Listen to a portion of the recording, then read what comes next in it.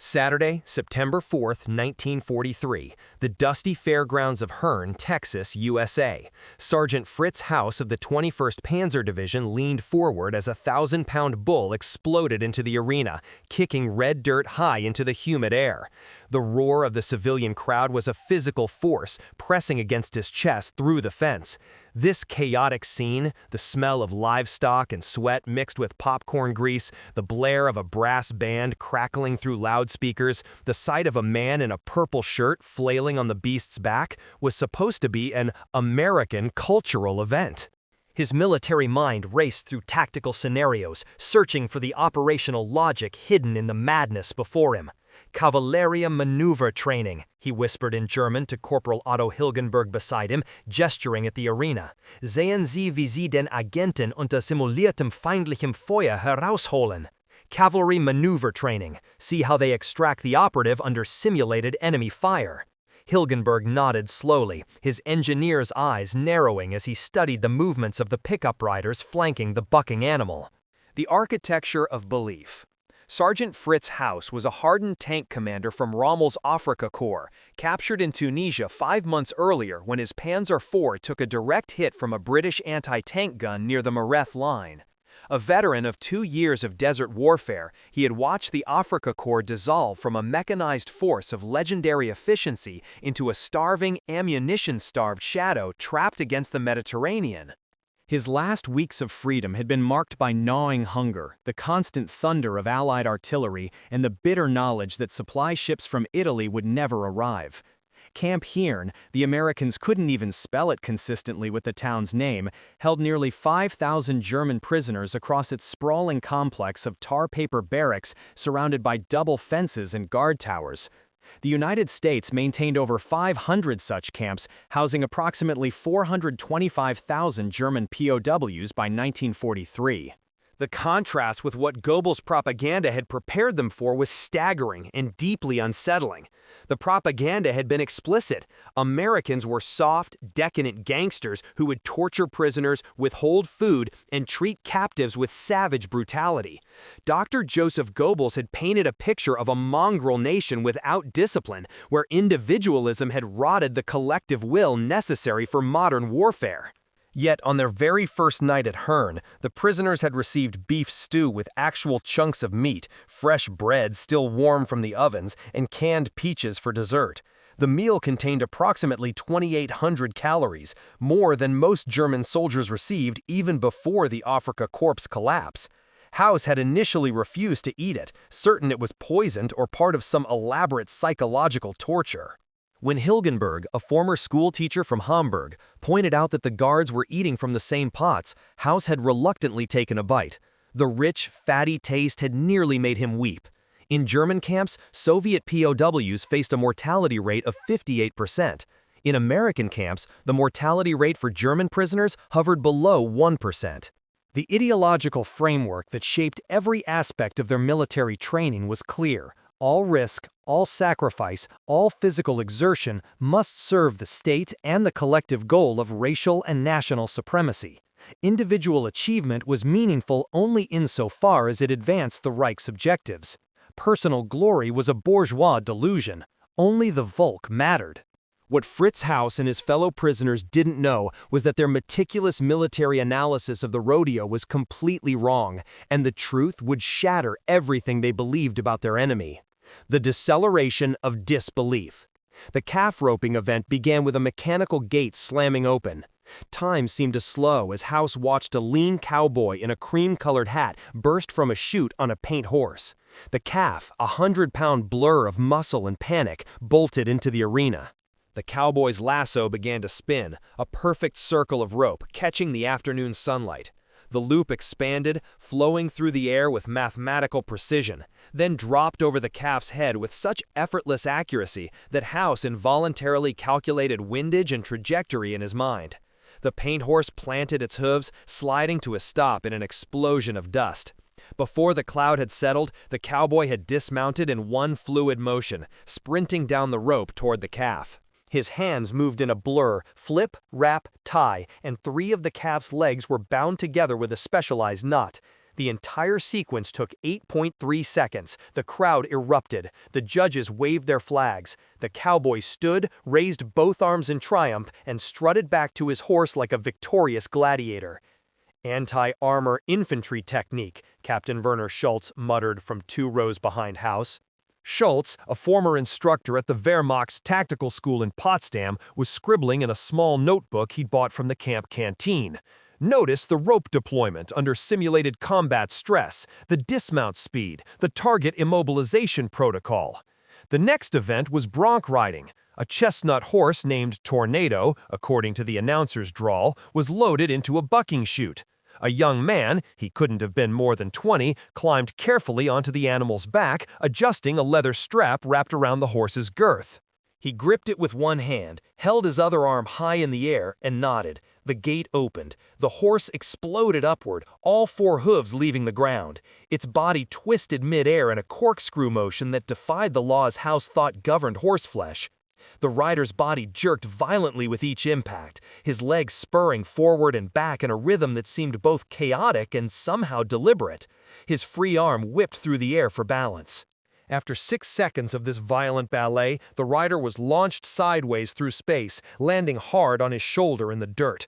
The crowd gasped, then cheered as he rolled to his feet, waved his hat, and limped toward the fence with a grin splitting his dust-covered face.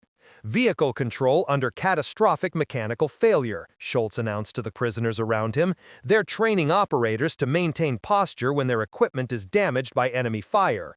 Notice how he protected his head during the fall. Textbook defensive positioning. Haarne nodded, but something gnawed at him. The sharp scent of animal sweat and manure filled his nostrils. The humidity pressed against his skin like a hot towel. The taste of dust coated his tongue. Every sense screamed that this was real, visceral, and utterly chaotic. Yet Goebbels had said Americans were weak, undisciplined, incapable of the martial virtues that define the Wehrmacht. "But the crowd," Hilgenberg said quietly beside him. "Why do they cheer as if for sports heroes, not soldiers in training?" Haus had no answer. In his mind, he saw the cowboy who had roped the calf, the pure, raw strength required to wrestle the animal, the precision of the throw, the explosive speed of the dismount. This was not weakness. This was physical prowess of the highest order. It must be military training.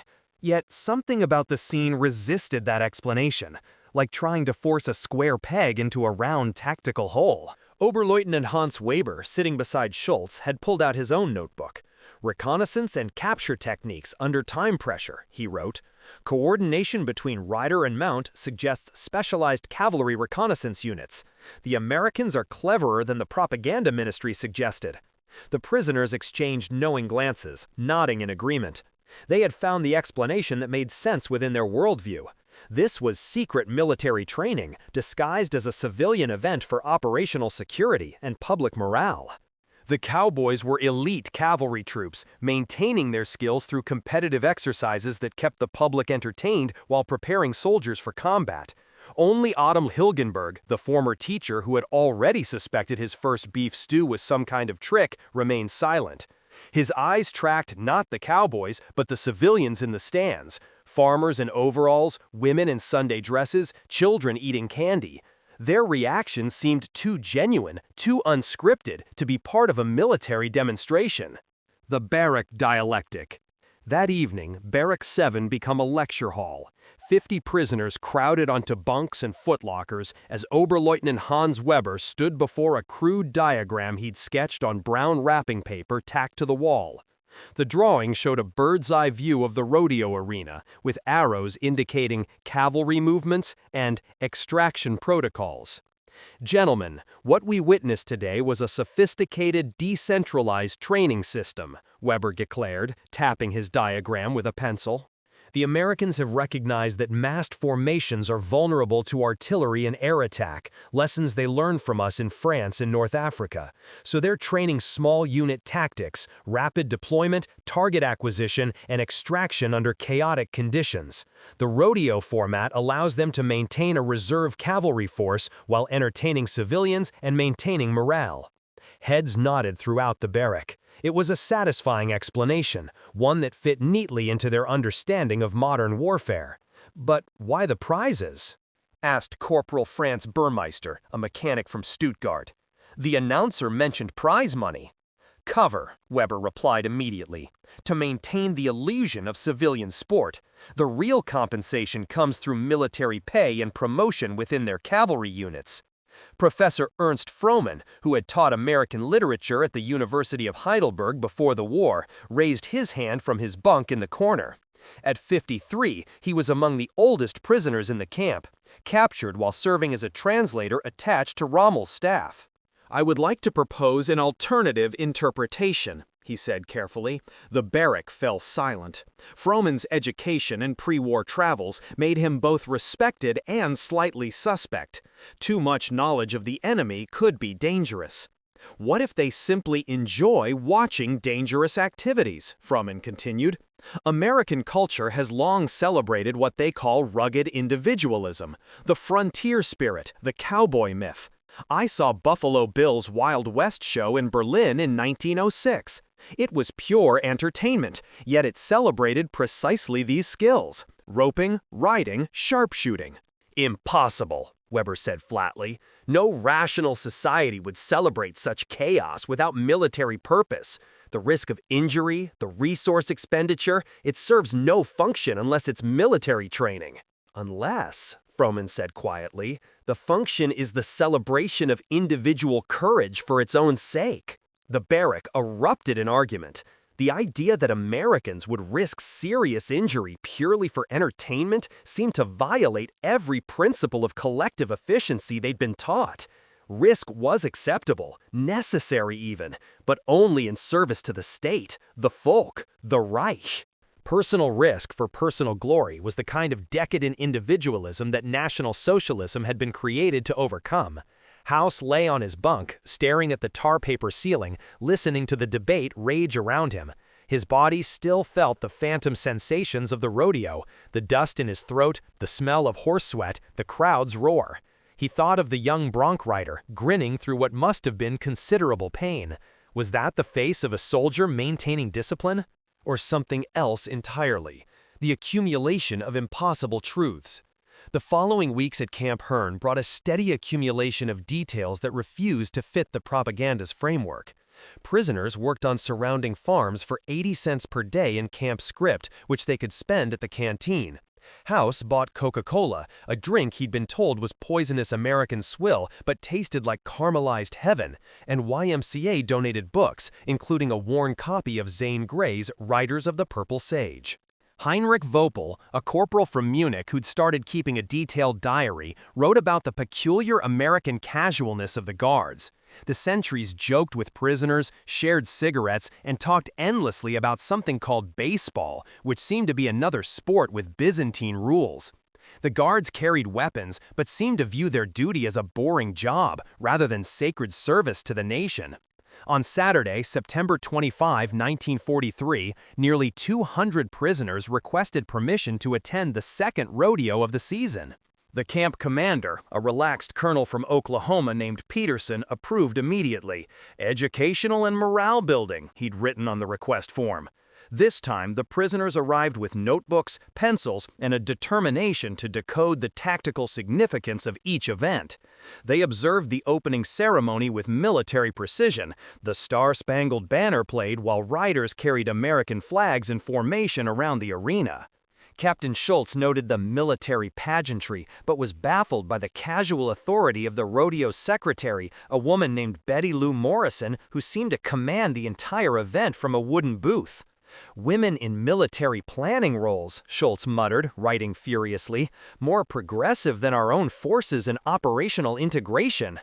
During the bareback riding event, a 19-year-old boy from a local ranch climbed onto a massive horse named Widowmaker. Haus learned this detail from the program a guard had given him, complete with statistics on each animal's bucking record. The horse's name alone suggested it had killed or severely injured riders before, yet the teenager climbed on with an expression of nervous excitement rather than grim martial determination. The gate opened. Widowmaker lived up to its name, bucking with such violence that the boy lasted less than 4 seconds before being catapulted through the air. He landed hard on his back, the impact audible even over the crowd noise. The medical team started to run forward, but the boy waved them off, rolled to his feet, and limped toward the fence. His face was covered in dirt, his shirt torn, but he was grinning, actually grinning, and high-fiving his friends as if he'd just won a great victory rather than failed a test. Captain Schultz felt something shift in his chest, a flutter of doubt he immediately tried to suppress. What military value was there in riding a horse specifically bred to throw its rider? Where was the tactical objective? The boy had demonstrated courage, certainly, but courage in service of what? He enjoyed it, Hilgenberg said beside Haus, his voice carrying a note of wonder. Even failing, even hitting the ground hard enough to crack ribs, he enjoyed the attempt. Haus couldn't respond because he'd seen it too. The grin was genuine. The high fives were celebrations not of success, but of having faced the challenge at all. It was the facial expression of someone who had chosen to do something dangerous and was proud of the choice itself, regardless of the outcome. The Revelations architecture.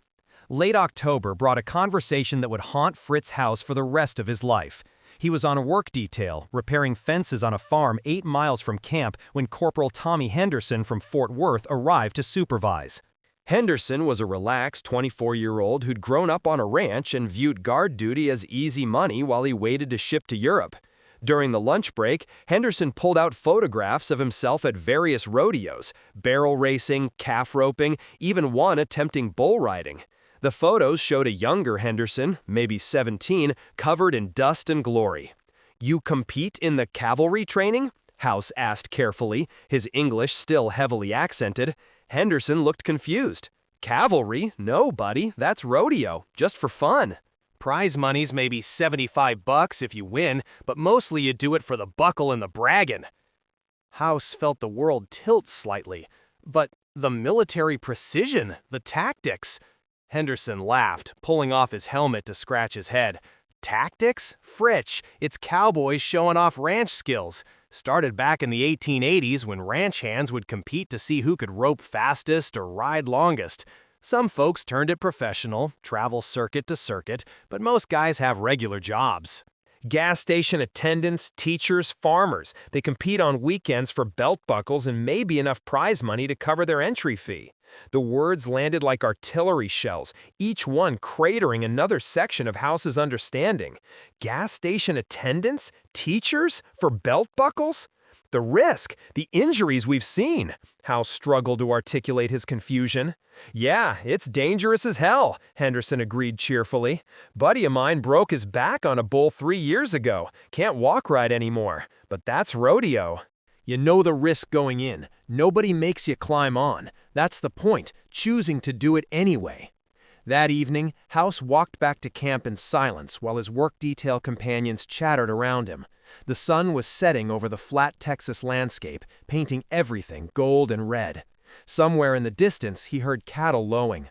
The sound reminded him of the rodeo, and the rodeo now reminded him of everything he'd misunderstood. Corporal Franz Burmeister, walking beside him, finally spoke. "Henderson explained it to me, too. He said the prize is a shiny belt buckle." "A buckle?" another prisoner repeated, the absurdity of it settling over them like dust. "They do this for choice," a third added quietly, "not orders, choice." That night in Barrack 7, the debate that had raged for 6 weeks died out. Professor Froman didn't gloat over being correct. The revelation was too profound for petty vindication. The prisoners sat or lay on their bunks, processing the implications.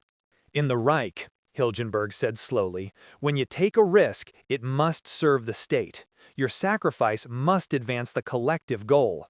Personal risk for personal pride is bourgeois individualism, decadent, weak.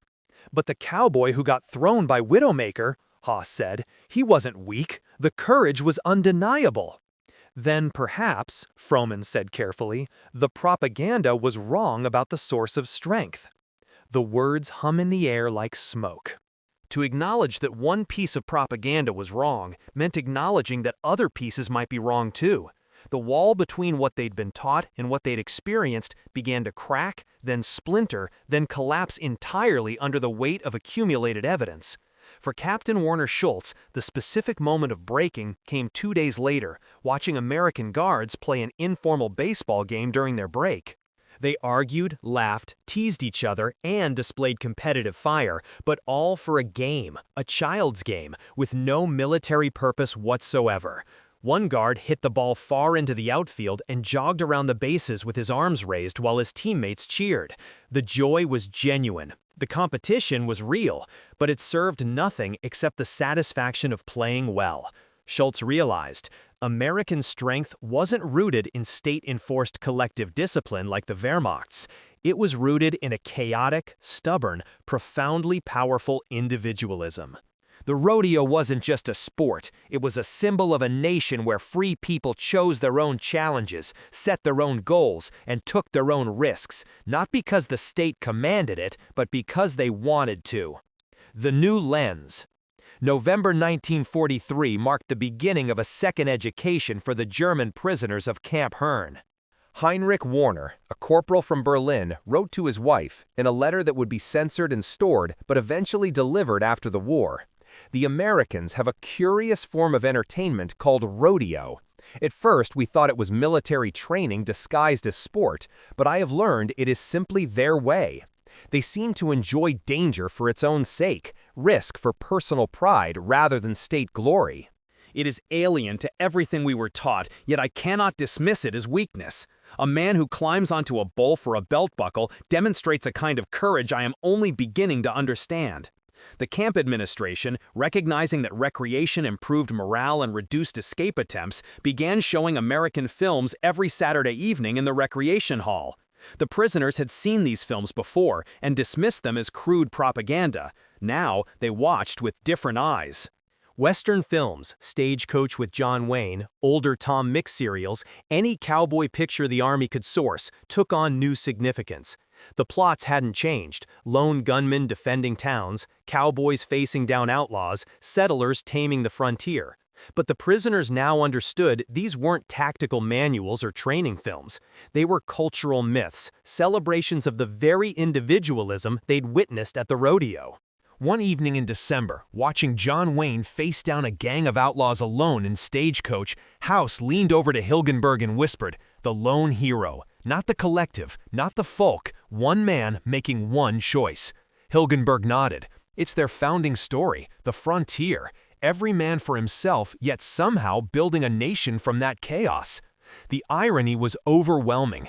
The undisciplined Americans had demonstrated a form of personal discipline and courage that the Wehrmacht's collective discipline couldn't comprehend. The soft enemy had created a culture where gas station attendants and high school teachers voluntarily faced 1,000-pound bulls for sport, for personal pride, for the simple satisfaction of having tried. Professor Froman organized informal lectures on American history and culture, approved by the camp commander as educational programming. He explained the mythology of the American West, the concept of rugged individualism, the Bill of Rights' emphasis on individual liberty. The prisoners listened with the intensity of men trying to decode an enemy's battle plans, only to realize the enemy's strength came from having no centralized plan at all, just millions of individuals making millions of independent choices that somehow coalesced into national power. In Germany, Froman explained, we were taught that individual liberty leads to chaos, and chaos leads to weakness. The Americans have proven the opposite, that chaos, properly harnessed through democratic institutions, creates a resilience we never anticipated. You cannot decapitate a movement that has no head. You cannot break the will of a people whose will resides in each individual heart rather than in a single leader. The breaking of mythology. The psychological transformation wasn't universal or immediate. Some prisoners clung to their indoctrination, insisting the Americans were still weak, still degenerate, still doomed to lose the war despite their current advantages. But for men like Fritz Haus, Werner Schultz, and Otto Hilgenberg, the rodeo had become a philosophical crowbar, prying open their ideological certainty.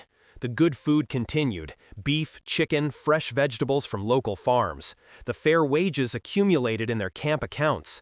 The camp orchestra, composed of musically talented prisoners, performed concerts of Beethoven and Mozart that drew appreciative civilian audiences from Hearne. The guards continued to treat them with casual, almost bored courtesy. The mail from home grew increasingly desperate, describing hunger, bombing raids, the slow collapse of the Thousand-Year Reich. Each detail was a hammer blow against the wall of propaganda. The wall, already cracked by the rodeo revelation, developed fissures that spread and deepened. For Captain Schultz, the wall collapsed entirely during a conversation with a guard about the Geneva Convention. The guard explained with genuine belief that prisoners had rights that must be respected, that cruelty was both illegal and immoral, that even enemies deserved humane treatment. "But we are German," Schultz had said, testing the waters. "The enemy." "You're prisoners," the guard had replied with a shrug. "Human beings, that's what matters. Human beings, not subhuman Slavs to be worked to death, not Untermensch to be exploited and discarded. Human beings with rights inherent to their humanity, not granted by the state, but recognized as pre-existing conditions of existence itself." The internal dialogue warfare raged in Haus's mind during the long Texas nights. But the Reich taught us all, risk must serve the state. Yet these cowboys risk everything for themselves.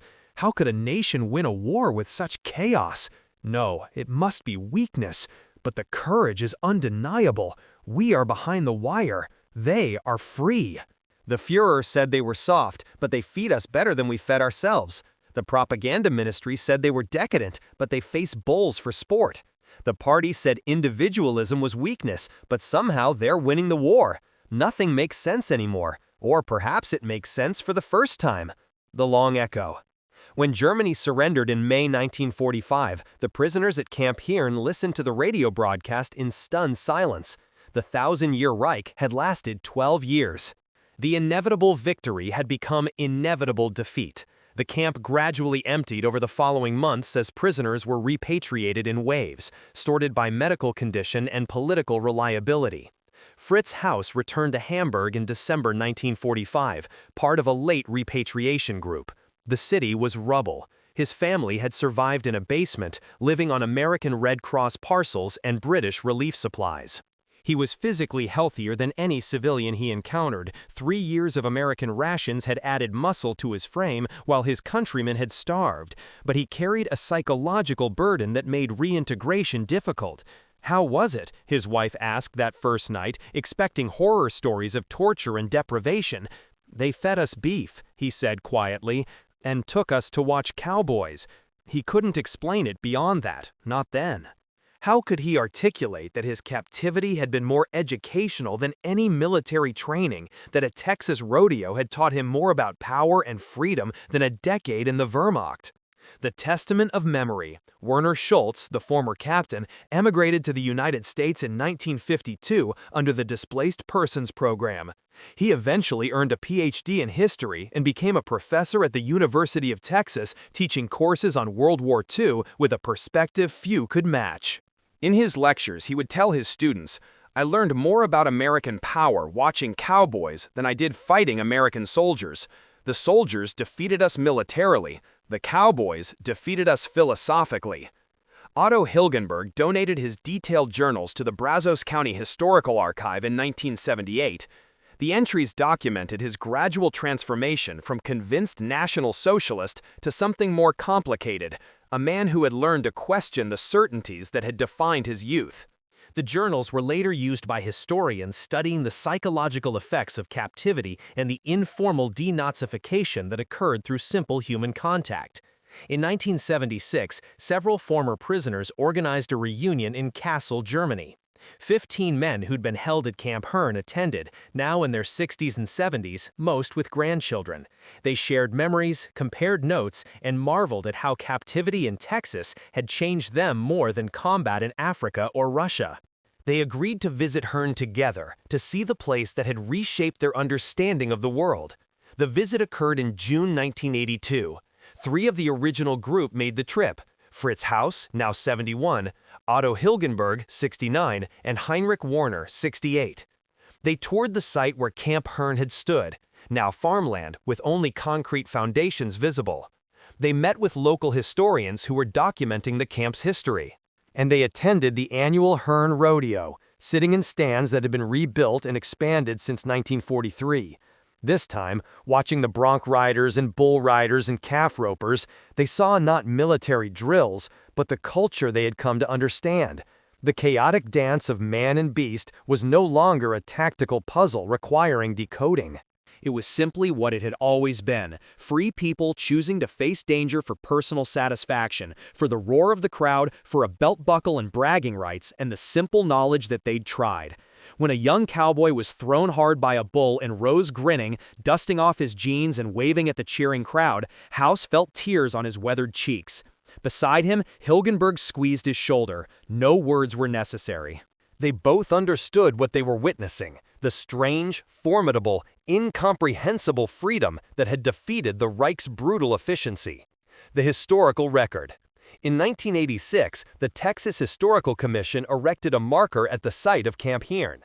From 1943 to 1945, this site housed approximately 5,000 German prisoners of war. The camp exemplified humane treatment of enemy prisoners and inadvertently served as an informal denazification program. Many former prisoners credited their time here with changing their understanding of democracy, individual liberty, and American character. The camp hosted 48 escape attempts, all failures, and 0 fatalities from mistreatment. Historians have noted that American POW camps, while imperfect and sometimes marred by racial segregation that shocked German prisoners, generally adhered to the Geneva Convention.